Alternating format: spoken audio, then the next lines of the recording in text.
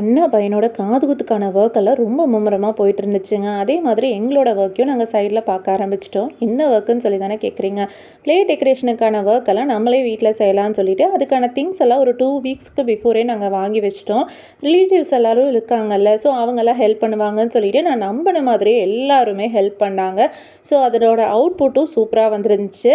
இதோட இமேஜ் எல்லாம் வந்து பார்த்துட்டிங்கன்னா நான் இன்ஸ்டாவில் போஸ்ட் பண்ணியிருக்கேன். இன்னும் நம்ம பேஜை ஃபாலோ பண்ணாமல் இருந்தீங்கன்னா மறக்காமல் போய் பாருங்கள்.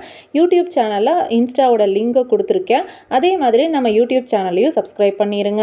நான் சொன்ன மாதிரி அண்ணா பையனோட காதுகுத்து ரொம்ப சூப்பராகவே நடந்துச்சு. அவனோட கண்ட்ரோல் தான் எனக்கு ரொம்ப பிடிச்சிருந்தது. ஏன்னா ஒரு துளி கூட அவன் அழுகவே இல்லைங்க. எல்லாரும் வாழைப்பழத்தை வைக்கிறதுக்காக ரெடியாக இருந்தாங்க. பட் அவன் கண்ட்ரோல் பண்ணி ரொம்பவே சமத்தாக இருந்தான்.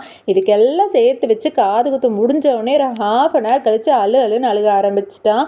நான் சொன்ன மாதிரியே காதுகுத்து ரொம்ப சிறப்பாக முடிஞ்சு நாங்களும் திருப்தியாக கிளம்பிட்டோங்க. நெக்ஸ்ட் வீடியோவில் பார்க்கலாம். தேங்க்யூ.